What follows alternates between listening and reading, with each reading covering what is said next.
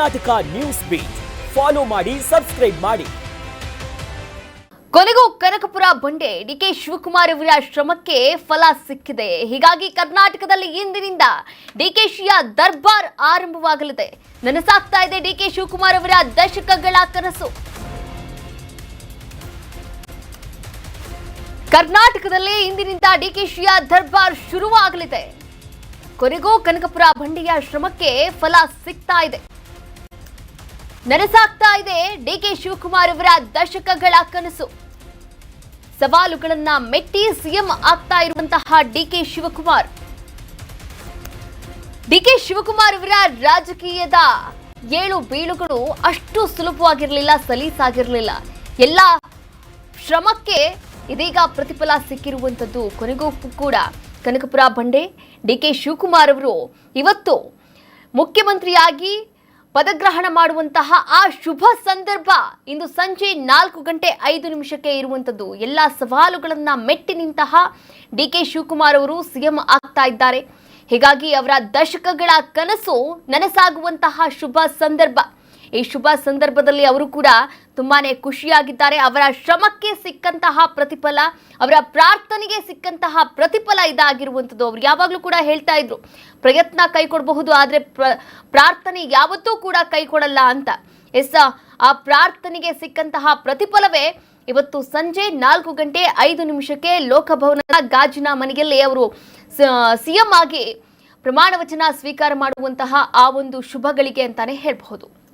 ಇಂದು ನೂತನ ಸಿಎಂ ಆಗಿ ಡಿಕೆಶಿ ಪ್ರಮಾಣ ವಚನ ಸ್ವೀಕಾರ ಮಾಡಲಿದ್ದಾರೆ.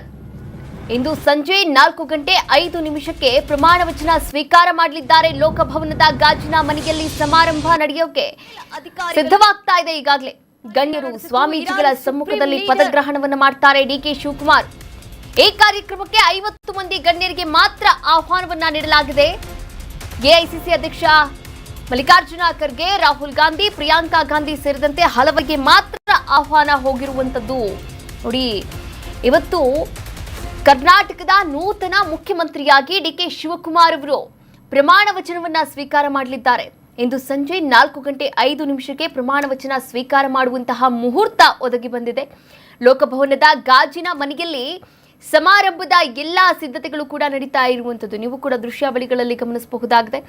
ಲೋಕಭವನದ ಗಾಜಿನ ಮನೆಯಲ್ಲಿ ಸಮಾರಂಭವನ್ನ ಆಯೋಜನೆ ಮಾಡಲಾಗಿದೆ. ಈ ಒಂದು ಕಾರ್ಯಕ್ರಮಕ್ಕೆ ಗಣ್ಯರು ಕೂಡ ಆಗಮಿಸ್ತಾ ಇದ್ದಾರೆ, ಹಾಗೆ ಸ್ವಾಮೀಜಿಗಳು ಕೂಡ ಆಗಮಿಸ್ತಾ ಇದ್ದಾರೆ. ಗಣ್ಯರು ಮತ್ತು ಸ್ವಾಮೀಜಿಗಳ ಸಮ್ಮುಖದಲ್ಲಿ ಪದಗ್ರಹಣವನ್ನ ಸ್ವೀಕಾರ ಮಾಡಲಿದ್ದಾರೆ ಡಿಕೆ ಶಿವಕುಮಾರ್ ಅವರು.